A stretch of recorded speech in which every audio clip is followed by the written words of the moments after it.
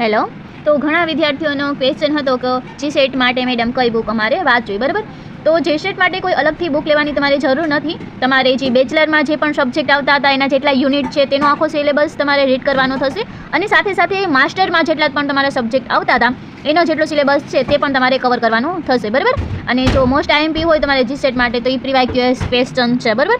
બેચલરમાંથી તમારો 70% થી 80% જેટલો તમારો સિલેબસ કવર થઈ જશે, બરાબર. અને માસ્ટરમાંથી 40% થી 50% જેટલો, બરાબર. તમારો કોઈ પણ સબ્જેક્ટ હોય, ગુજરાતી છે, અંગ્રેજી છે, અર્થશાસ્ત્ર, કોમર્સ કે કોઈ પણ તમારો જીસેટનો સબ્જેક્ટ હોય, આ જ સ્ટ્રેટેજી રહેવાની છે. માસ્ટર અને બેચલરની બુકમાંથીને જ તમારું પૂછવાનું છે. જેટલો સિલેબસ તમારો માસ્ટર અને બેચલરમાં છે એ સિલેબસ તમારો જીસેટમાં છે, બરાબર. બાકી જીસેટમાં શું પૂછાય છે, એનો સિલેબસ શું છે, એનો વિડીયો પણ આપણે અપલોડ કરેલો છે. ન જોયો હોય તો તમે જોઈ શકો છો, બરાબર. અને મોસ્ટ ઇમ્પોર્ટન્ટ એના પ્રીવાયક્યુએસ પાછલા વર્ષના ક્વેશ્ચન સોલ્વ કરવા મોસ્ટ આઈએમપી છે, બરાબર.